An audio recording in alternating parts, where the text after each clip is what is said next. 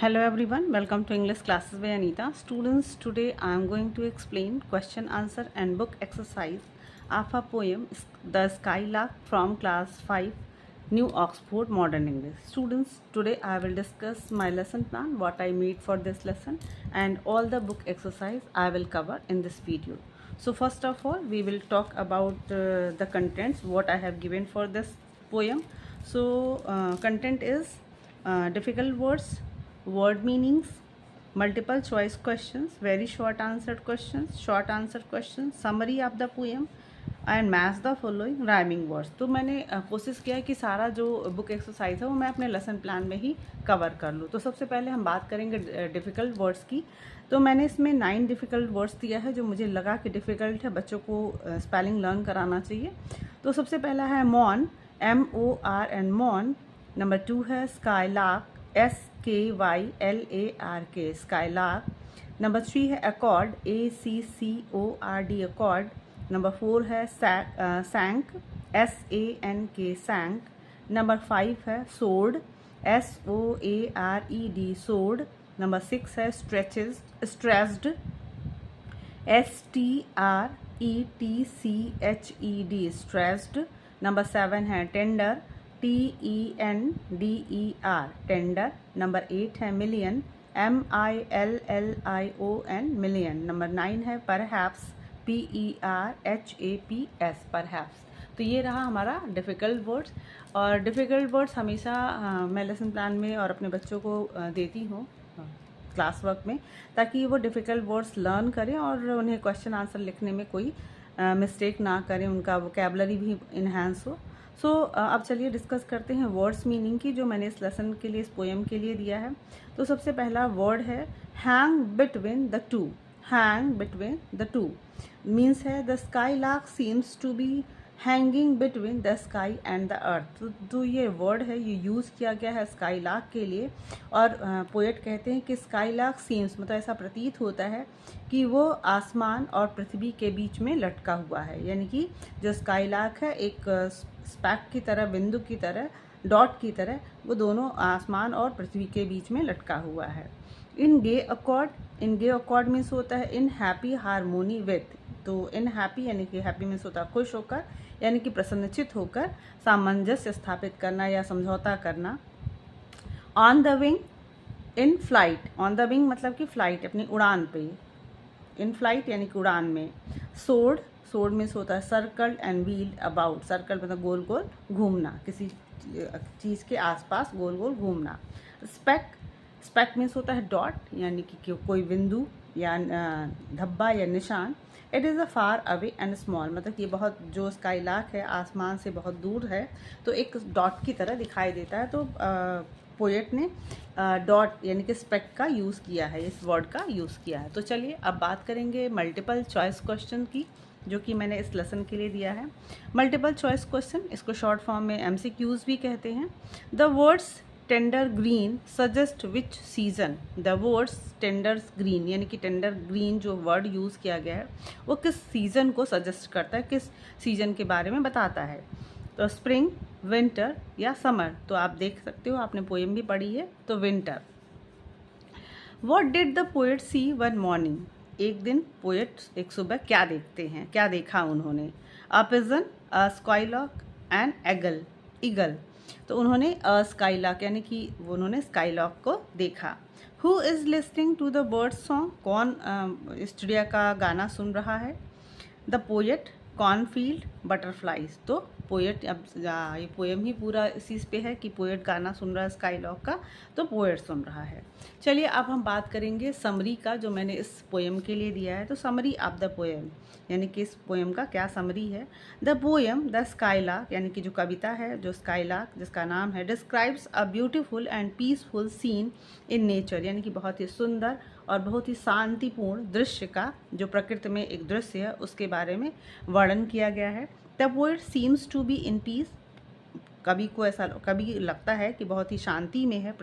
Enjoying the site of the skylark, और skylark को देखकर उस दृश्य को वो आनंद ले रहा है। इन अ काम सिटिंग मतलब कि बहुत ही शांति से बैठा हुआ वो स्काईलार्क के जो दृश्य है शांति से उसे देख रहा है। अ sky lark is flying between the green earth and the sky, और जो स्काई लार्क है वो आसमान और पृथ्वी के बीच में उड़ रहा है। It looks like a singing speck, और ऐसा लगता है कि गाता हुआ कोई बिंदु है, केंद्र बिंदु है। अबव द कॉर्न, मक्के के खेत के ऊपर। The sky lark flies effortlessly, जो स्काई लार्क है बहुत ही आराम से, बहुत प्रसन्नता से उड़ रहा है। अप उड़ता है, अप इन द स्काई, आसमान के ऊपर। The poet walks in between the cornfield, और जो पोएट हैं वो कॉर्नफील्ड यानी कि मक्के के खेत के बीच में वो टहलते हैं, चलते हैं। एंड सेज, और कहते हैं that the nest of the skylark is somewhere among the stalk, तो कहते हैं कि इस मक्कों के जो खेत है उसमें जो मक्के के पेड़ हैं उसके बीच में ही कहीं स्काई लार्क का नेक्स्ट है यानी कि घोंसला है। The poet stops for a moment, poet कुछ देर के लिए, एक क्षण के लिए रुकते हैं। To hear the song of skylark, ताकि वो स्काई लार्क का गाना सुन सके, यानी कि एक क्षण के लिए रुकते हैं ताकि वो स्काई लार्क का गाना सुन सके। अब चलिए बात करते हैं वेरी शॉर्ट आंसर्ड क्वेश्चंस का। तो सबसे पहला जो मेरा क्वेश्चन है, where was the skylark, skylark कहाँ था। The skylark was flying in the blue sky, यानी कि जो स्काई लार्क है वो आसमान में, नीले आसमान में उड़ रहा था। ओवर द ग्रीन कॉर्नफील्ड, यानी कि हरे भरे जो मक्के के खेत थे उसके ऊपर आसमान में वो उड़ रहा था।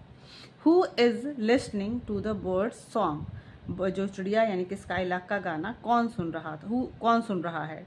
The speaker of the poem, यानी कि इस पोएम का जो स्पीकर है यानी कि poet is listening to the song, यानी कि उस गाने को स्पीकर सुन रहा है। शॉर्ट आंसर क्वेश्चन की बात करेंगे तो शॉर्ट आंसर क्वेश्चन में शॉर्ट आंसर मीन्स कि जो 1 लाइन 2 लाइन से ज़्यादा के आंसर होते हैं उसको मैं शॉर्ट आंसर पे लिखती हूँ। तो विच words and phrases in the poem, कौन से शब्द, कौन से फ्रेजेस इस कविता में टेल अस, हमें बताते हैं what time of year it is, मतलब साल का कौन सा समय है। मेक अ लिस्ट, और उसकी एक लिस्ट बनाइए। It is early summer time, यानी कि समर टाइम का समय है, यानी समर अर्ली मतलब यानी कि शुरुआत है। Phrases and words that tell us this are, मतलब कि जो हमें फ्रेजेस और जो वर्ड्स इस कविता में यूज़ किए गए हैं वो कौन कौन से हैं। टेंडर ग्रीन, यानी कि मुलायम हरा भरा। टेंडर ग्रीन कॉर्न, यानी कि आप समर में जानते हो कॉर्न मिलता है। Butterflies dance the earth was green, यानी कि जो बटरफ्लाइज भी हैं वो भी अर्थ पे जो डांस करें वो भी ग्रीन है। द स्काई वॉज ब्लू, आसमान नीला है। वन सनी मॉर्निंग, मॉर्न यानी कि सुबह का, मतलब कि गर्मी के, अब गर्मी में ही रहता है, समर के टाइम में ही सन निकलता है। स्विफ्ट द सनी मोमेंट्स, तो ये सारे जो वर्ड्स हैं वो समर सीजन से रिलेटेड हैं और पोएट ने कविता में यानी कि पोएम में इसको यूज़ किया है। चलिए अब हम सबसे पहले बात करेंगे, नेक्स्ट क्वेश्चन है what does the sky lark sing and when it is silent. When does the sky lark sing and when is it silent, मतलब कि वो कब गाना गाता है और कब वो शांत हो जाता है। The skylark sings while soaring and remains silent while sinking, यानी कि सोरिंग जब वो उड़ रहा होता है और जब सिंकिंग मतलब कि जब वो नीचे उतरता है तो वो शांत हो जाता है। What do you think the poet wants to tell us about the skylark's mate? अब आपको क्या, व्हाट डू यू थिंक, मतलब आप क्या सोचते हो, आपको क्या लगता है कि जो पोएट हैं वो स्काई लार्क के मेट यानी उसके साथी के बारे में क्या बताना चाहते हैं। अकॉर्डिंग टू द पोएट, अब जो पोएट के अनुसार द स्काई लार्क्स यानी कि जो स्काई लार्क का जो मेट है यानी कि उसका जो साथी है वॉज ऑल्सो समवेयर, यानी कि वो भी कहीं आसपास ही है, नियर बाई मतलब आसपास में ही है। Marvelling at the song and flight of the word, मतलब कि उस स्काई लार्क को वो देख रहा है, उसके संगीत को सराह रहा है और उसकी उड़ान को भी वो देख रहा है यानी कि वॉच कर रहा है। Do you like the poem, से वाई और वाई नॉट, क्या आपको ये पोएम पसंद है या क्यों, या पसंद है या नहीं पसंद है, आप बताओ। यस, हाँ, मतलब मेरा जो आंसर है ये आपको अपने अनुसार अपने अकॉर्डिंग आप डिसाइड करिएगा कि आपको ये पोएम पसंद आती है कि नहीं पसंद आती है। But I like this poem, so I like the poem, यानी कि मुझे ये पोएम पसंद है because it's tone is lively and cheerful, क्योंकि इसका जो टोन है, इसका जो बात करने का जो तरीका है या टोन, कविता का जो एक इमोशन है वो लाइवली है, जीवंत है और बहुत ही खुशनुमा है। रेफरेंस टू द कॉन्टेक्स्ट की बात करेंगे तो रेफरेंस टू द कॉन्टेक्स्ट में आपको दिया गया है a stage below in gay accord white butterflies dance on the wing. ये आपके पोएम की लाइन है। अब इससे रिलेटेड जो क्वेश्चन पूछा गया है मैं आपसे डिस्कस करूंगी। What was the stage above. अब यहाँ पे जो स्टेज किसको कहा गया है, यानी किस लाइन में स्टेज, किस अबव लाइन में स्टेज को किसको मतलब क्या डिस्क्राइब किया गया, स्टेज किसे कहा गया है। The blue sky was the stage above, यानी कि पोएम में या इस दोनों लाइन में जो स्टेज कहा गया है वो ब्लू स्काई को कहा गया है। What was in the stage above, what was in the stage above, यानी कि उस स्टेज अबव यानी कि जो ऊपर स्टेज है उसमें क्या है। तो white butterflies were in the stage above, यानी कि वाइट बटरफ्लाइज उस स्टेज यानी कि ब्लू स्काई में वाइट बटरफ्लाइज भी दिखाई दे रहे हैं। What in particular does the word accord refer to. अब यहाँ पे वर्ड अकॉर्ड अकॉर्ड किसके लिए रेफर किया गया है, अकॉर्ड किसके लिए यूज़ किया गया है। Accord means in harmony with the sky lark dancing and singing was in harmony with the white butterfly dancing around the cornfield। accord means होता है समझौता या सामंजस्य बनाना।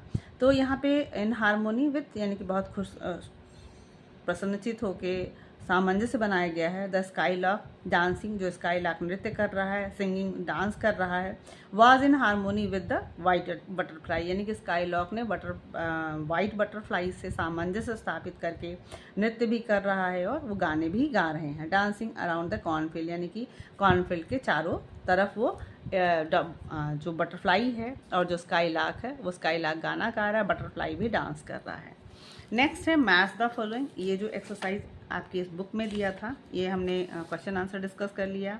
ये रहा आपका जो रेफरेंस टू द कॉन्टेक्स्ट। अब हम बात करेंगे यहाँ पे the match the idioms in column A with the meaning in column B. तो मैंने इसको अपने लेसन प्लान में ही डिस्कस कर लिया है, तो आप यहाँ पे बात कर सकते हैं।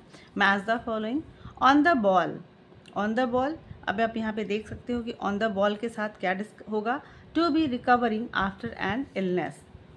On the mend, on the mend to be available for टट, to be available for the duty. यहाँ पे on the mend to be available for the duty. On the velvet, या इसका आंसर है to be doing a job for work. ये मेरा page थोड़ा सा पेस्ट हो गया, इसी वजह से मुझे दिखाई नहीं दे रहा है। चलिए हाँ okay. And on call, on call का मतलब होता है to be alert well informed. On call आप मैच कर सकते हो, इसका मीनिंग है to be alert well informed. On edge to be punctual. On the dot to be in a favourable state. On the job to be nervous.